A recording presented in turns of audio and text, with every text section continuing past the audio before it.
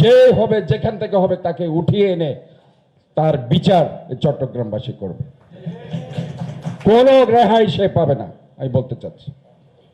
এবং ধর্মের নাম নিয়ে যেসব সন্ত্রাসী যুবলীগ ছাত্রলীগের ক্যাডাররা এখনো পর্যন্ত তারা মিছিল করে বেড়াচ্ছে, তাদেরকে গ্রেপ্তার করতে হবে। যারা আজকে আমার প্রায় 1000 ছাত্র জনতা শ্রমিককে যারা খুন করেছে, হত্যাকাণ্ড ঘটিয়েছে, আজকে হয়তো আমরা বারবার বলছি অনেক অবৈধ অস্ত্র, অনেক অবৈধ ব্যক্তির কাছে বৈধ অস্ত্র উদ্ধার করার কথা আমরা বারবার বলছি।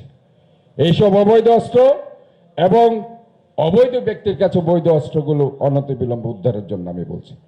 যতক্ষণ না আপনারা উদ্ধার করতে না পারবেন, ততক্ষণ সন্ত্রাসীরা এখানে মাথা ছাড়া দিবে, তারা এগুলো কাজ করবে।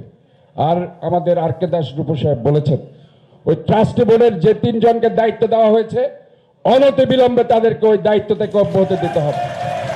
কারণ ওই সব সন্ত্রাসীরা ওই টাকা ঢালছে, আমরা জানি কারা টাকা ঢালছে, আমরা সবাইকে চিনি। কারণ এই চট্টগ্রাম শহরে আমরা নতুন নয়, আমরা এখানেই বড় হয়েছি। এখানে কারা কারা করছে আমি জানি, আমি স্পষ্ট বলতে চাই, সাবধান হয়ে যান। আপনারা কি কারণে করছেন সেটা আমাদের ভালো করে জানা আছে। যখন ফুসে উঠবে কেউ রেহাই পাবেন না। কাজে এখনো সময় আছে। আপনারা আপনাদের যে ধরনের সাম্প্রদায়িক উস্কানি দেওয়ার জন্য কিংবা সাম্প্রদায়িক সম্প্রীতি নষ্ট করার জন্য, একটা দাঙ্গা লাগানোর জন্য, একটা রাজনৈতিক অস্থিতিশীলতা তৈরি করার জন্য যে কাজগুলো করছেন, সেগুলো আমাদের জানা আছে। শক্ত হাতে সেটা জবাব দেওয়া হবে, কোনো ধরনের ছাড় দেওয়া হবে না। আমি জানি অতীতে যারা মন্ত্রীপুত্র মন্ত্রী, হাইব্রিড মন্ত্রী হয়েছে, যারা আজকে এইসবের যোগানদাতা, অর্থ সম্পদ রেখেছে এগুলির জন্য, আমরা সবাইকে চিনি, সবাইকে আমরা জানি। সাবধান হয়ে যান। আজকে তাই আপনাদেরকে বলতে চাই, এই ধরনের ঘটনা যারা ঘটিয়েছে তারা চিহ্নিত, তারা সন্ত্রাসী। তার জন্য নিরহ হিন্দু সম্প্রদায়ের ভাইদের উপর কোনো ধরনের কোনো যাতে অত্যাচার অনাচার যাতে না হয়, সেটা আমি স্পষ্টভাবে বলছি। কারণ আমরা সবাই এই চট্টগ্রামের এই সন্তান, চট্টগ্রামকে আমাদের বাস করতে হবে। আমি হয়তোবা হিন্দু, আমি হয়তোবা বৌদ্ধ, আমরা মুসলমান, খ্রিস্টান, অন্য ধর্মাবলম্বী, কিন্তু এই চট্টগ্রাম আমাদেরকে বাস করতে হবে এবং আমরা সবাই মিলে একটি সুন্দর চট্টগ্রাম আমরা গড়বো, এইটা আমাদের প্রত্যয় হতে হবে। আমি মনে করি আমাদের আজকে যে ভাই আজকে অত্যন্ত নির্মমভাবে যাকে হত্যা করা হয়েছে, শহীদ হয়েছে, আমরা তাকে হয়তো বা ফিরে পাবো না, কিন্তু আর যাতে এই ঘটনাকে নিয়ে অন্য কেউ যাতে হত্যাকাণ্ডের শিকার না হয়, এই জিনিসটাকে আমাদের সবাইকে রোধ করতে হবে।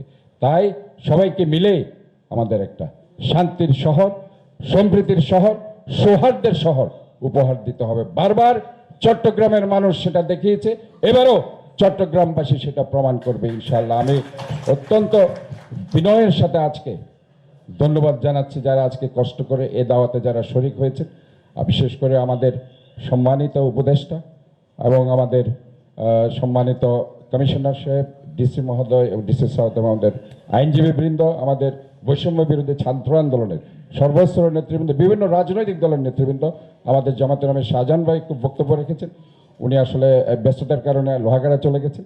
যাই হোক, সমস্ত রাজনৈতিক দলের নেতৃবৃন্দ যারা এখানে এসেছেন, সাংবাদিক ভাইরা এসেছেন, আমি আন্তরিকভাবে ধন্যবাদ জানাচ্ছি আপনাদেরকে এখানে আসার জন্য। কিছু কথা আমি বলছি, যেমন ডিসি মহোদয়ের কয়েকটা ব্যাপার এসেছে। শ্যামল পালিত, উনি আসলে একদম নতুন, আমরা আসলে ওনাকে পেয়েছি এখানে। উনি যখনই এসেছেন ওনার ডাইনামিসিটি, এনার্জিসিটি লেভেলে আমরা দেখেছি উনি সব জায়গায় ঘুরে বেরিয়েছেন, যেখানে আমরা দেখেছি উনি গিয়েছেন এবং চট্টগ্রামকে একটি সুন্দর মডেল শহর করার জন্য উনি কিন্তু দৃঢ় প্রত্যয়। এবং চট্টগ্রামে আমরা যে একটা প্রত্যয় ঘোষণা করেছি, clean city, green city, healthy city, এবং একটা পর্যটন শহর গড়ার, উনি আমাদের সাথে একসাথে কাঁধে কাঁধ মিলে কাজ করছে।